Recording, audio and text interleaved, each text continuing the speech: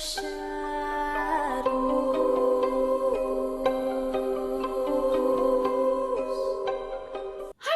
it's Hailey Reese and welcome back to my YouTube channel. I am so excited that you are here and I hope that you are having an absolutely fantastic morning, afternoon, or night, whatever it is for you when this video finally reaches you today. We are diving into yet another unsettling, disturbing stalking case. Now, if you guys have been on my channel for a while, you guys would know that I have had my fair share of experiences with stalkers. So cases like this hit really close to home, but I also feel like they are so important to talk about because as I was digging through the statistics of people who will experience stalking in their lifetime, it was far higher than I think most would imagine. An article that I found online says that about 1 in 6 women and 1 in 17 men have experienced stalking in their lifetimes. It also says that stalking starts early, that nearly 54% of female victims and 41% of male victims experience stalking before the age of 25, and that this impacts the physical and mental health of victims, and rightfully so. So while we can't control the actions of others in this world, I do think that it is important to hear the stories of others and to kind of see the different signs that they may have noticed along the way so that we can hopefully better protect ourselves, or at least kind of see the warning signs early on. Before we get into this video though, I would just very quickly like to thank today's video sponsor, Skillshare. Skillshare is an online learning community with thousands of inspiring and creative classes for anybody who loves learning. If you guys have been on my channel for a while, you guys would know how much I absolutely adore using Skillshare. Whether you have a skill that you want to learn or even just expand on, or even if you just want to invest in yourself, Skillshare is the perfect place to start. I have honestly taken so many classes on Skillshare, and anytime I want to learn a new skill or expand a skill, Skillshare has always been my go-to. I actually went to Skillshare when I wanted to learn how to keep my houseplants like thriving and living their best lives, and I found a class on there that was really helpful with that. But I am currently loving Emma Gannon's class called Finding Fulfillment Using Pivots to Power Your Creative Career. Whatever it is you are looking to learn or a skill that you're looking to expand, Skillshare will definitely have the perfect class for you. The first 1,000 of you guys to click the link down in my description box will get a 1-month free trial of Skillshare, so you can start exploring your creativity today and making 2022 the year of learning, growth, and connection through creativity. So make sure that you are among the first 1,000 to click the link down in my description box so you can get a 1-month free trial of Skillshare. And thank you so much to Skillshare for expanding my mind, but for also sponsoring today's video. And without further ado, let's get into this case.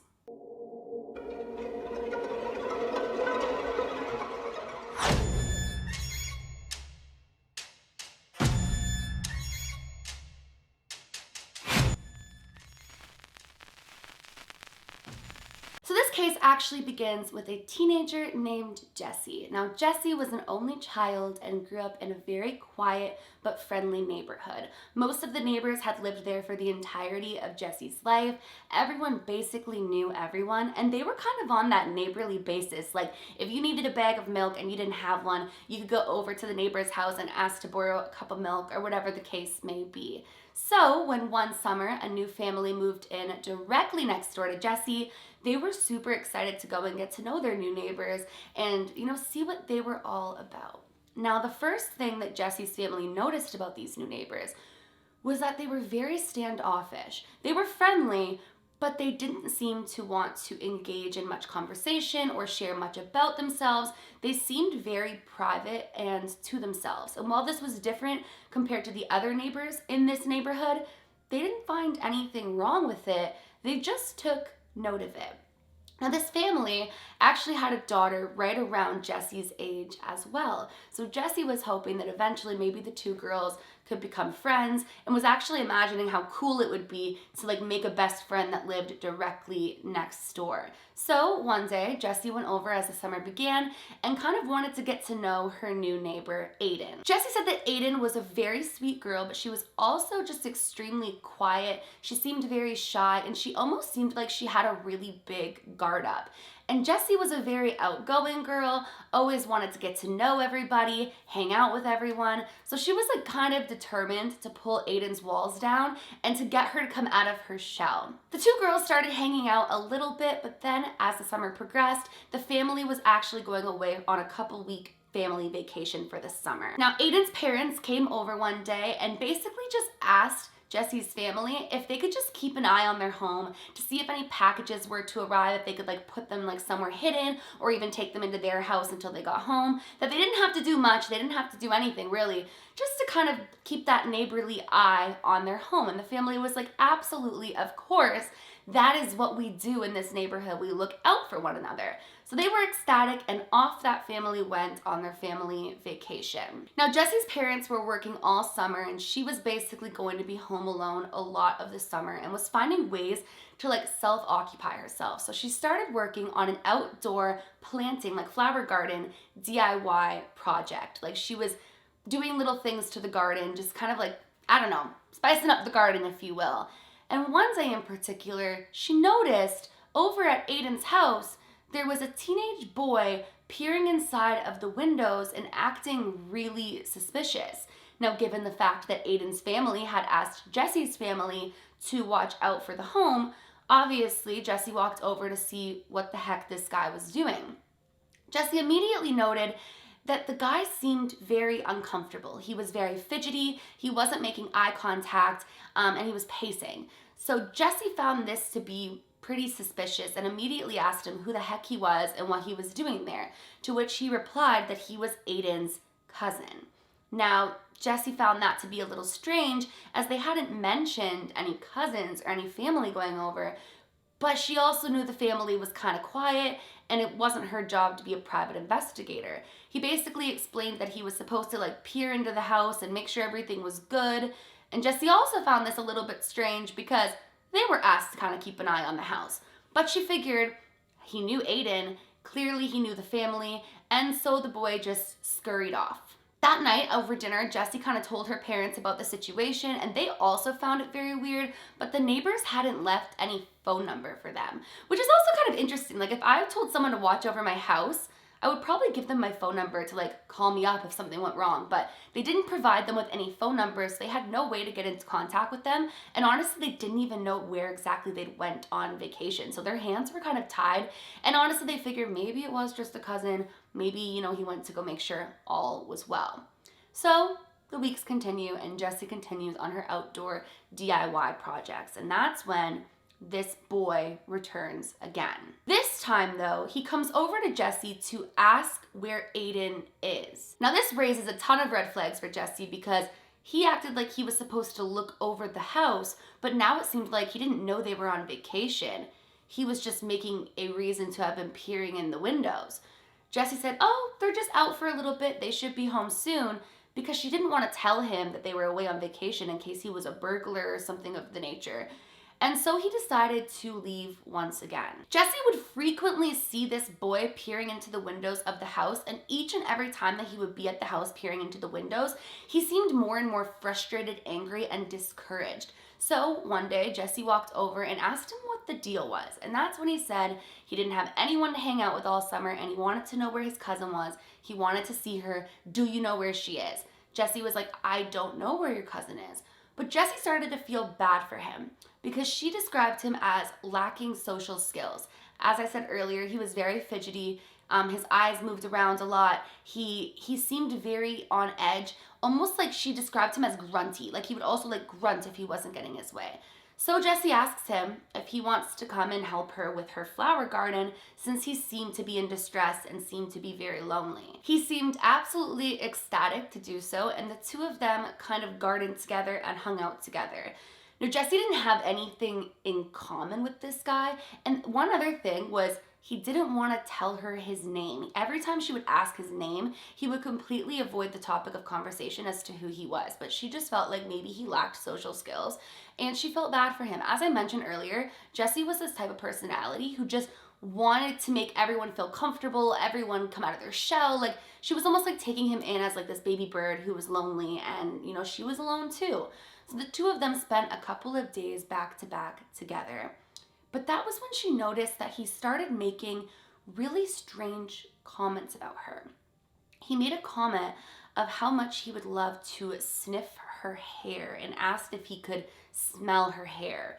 Now, Jesse at first thought it was a joke and kind of giggled, but he just looked at her as if he was looking straight through her soul and as if he was offended that she found that to be funny. He also made comments about how Jesse was so beautiful, he'd love to put her up on one of his shelves on display. And she found that to be a little bit weird too. He also, the more he came out of his shell, started talking a lot about gore.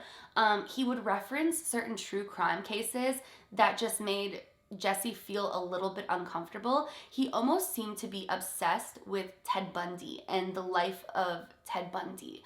But Jesse, as much as this was starting to feel a little weird to her, still kind of felt bad for him.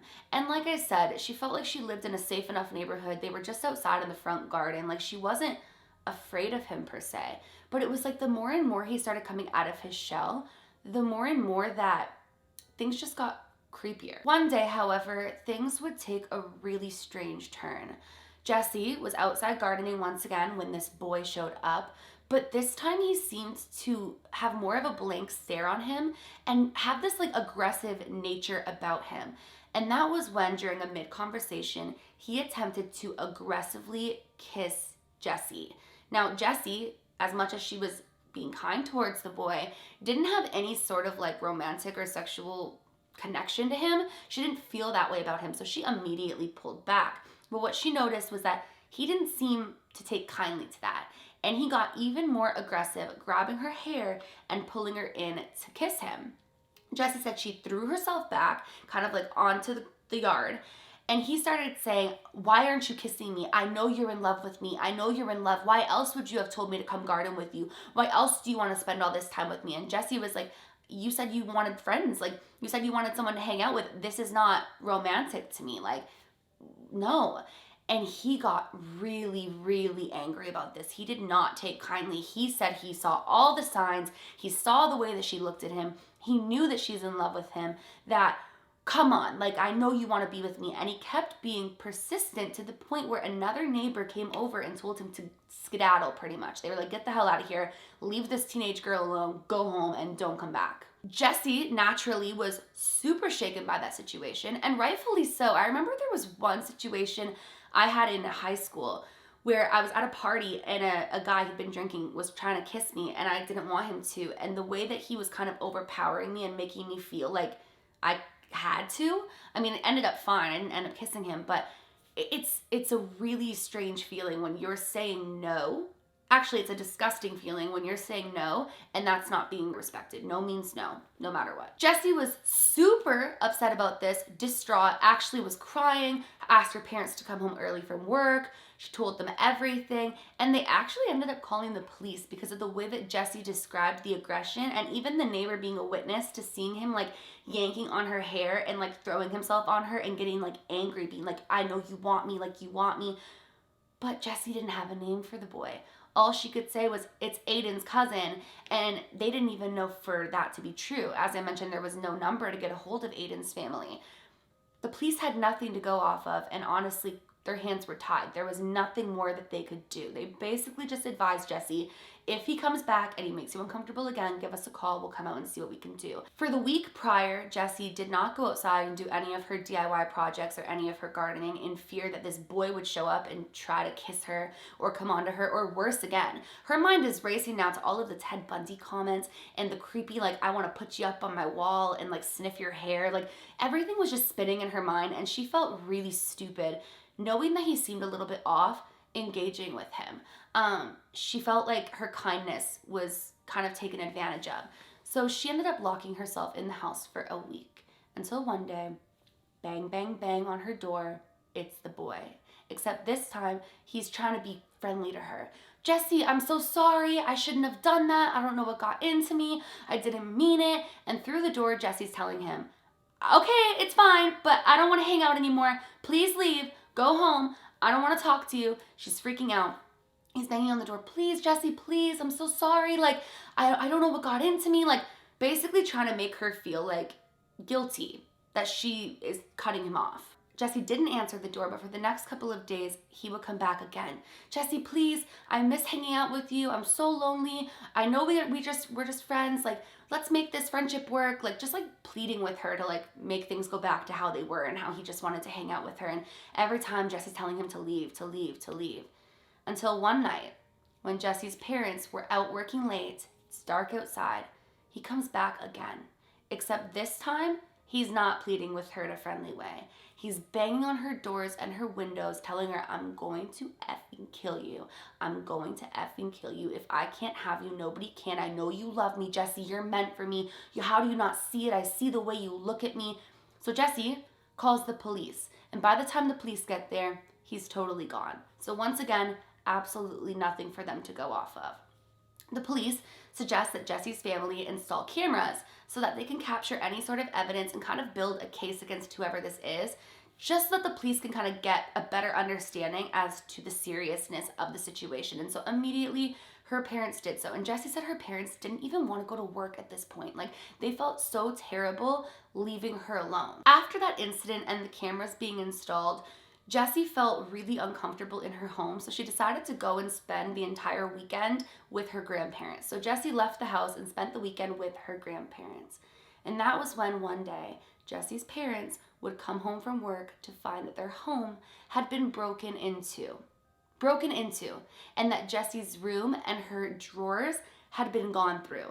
Now, they had installed cameras, but I guess I don't know if they had installed a security system or if they hadn't armed it, but either way, there was no notification that this had happened, but they did capture a grainy image of the person's face on camera. And they asked Jessie if this was him, to which she said, yes, that is him. The police were called again, and that was when they learned that he had taken some things from like Jessie's like underwear and sock drawer and like little odds and ends things from her bedroom. And this was now getting to the point that it was serious, but they still didn't have anything more than an image of this person. So they were kind of asking around to see like if anyone knew who this person was and what the deal with him was. Now, where this gets really freaking creepy, you guys, he never came back. He never came back to the house again, never banged on the door, never came to see Jessie, never came back again. But Aiden and her family did come back again. And that was when Jessie's family went over to sit down with Aiden's family and ask if she had a cousin. Aiden only had female cousins. So that was when Jessie's family decided to show Aiden's family the picture of who claimed to be her cousin and who was peering in their windows before terrorizing Jessie for weeks. And when they showed this grainy picture, even though you could hardly make it out, Aiden started to cry her eyes out. Because this wasn't Aiden's cousin. This was Aiden's stalker, whom her family had moved to another neighborhood to get away from because he wouldn't stop doing exactly what he'd been doing to Jessie to Aiden. Despite just being a teenager, it seems as though he would meet these girls and he would get the wrong signals off of them. If you were even kind to him or looked at him the wrong way, he would get it in his mind that you were in love with him, that you wanted to be with him, that you guys were meant to be. And when he felt rejected, he would get this sense of anger and this sense of crazy. Now, he never broke into Aiden's home and never stole anything from Aiden's home, so that's where this got even creepier, and that both the families went to the police station, filed reports, did what they had to do, but unfortunately, Aiden's family didn't know who the heck he was either. To this day, he has never returned, and both families still live in their same homes, but they don't live in the same ways that they used to. They're very diligent on like their security systems, on, you know, safety and whatnot. And it's so sad because both girls, actually, the beautiful part of it is that they connected on the fact that they both had felt they'd done something wrong, that they'd led him on or given him the wrong idea. So it was almost nice to connect with one another and realize that this is kind of just who he is, and he clearly is suffering mentally and clearly needs some sort of help. But it was nice for them to be able to connect on this and to be able to say like, hey, it wasn't your fault, it wasn't my fault, it was him. But to this day, they live in a sense of fear. And honestly, neither one of the teenagers wants to keep living in that home, but their parents' hands are tied and neither one is in any position to sell. And that is basically where it's kind of left off. I'm not sure if there's been any updates since that, but just the idea of like what would have happened if she hadn't been at her grandmother's, or did he know that she wasn't home and used it as an opportunity to get into her room? And what a violation of your personal space.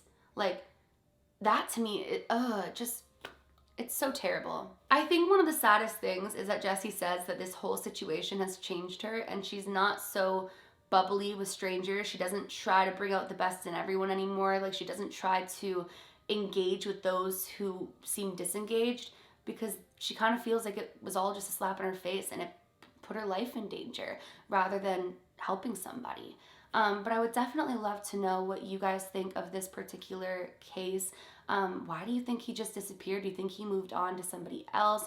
How do you think he found Aiden? And just overall, what are your thoughts on this? I do want to note before closing out this video, please, please, please stay safe.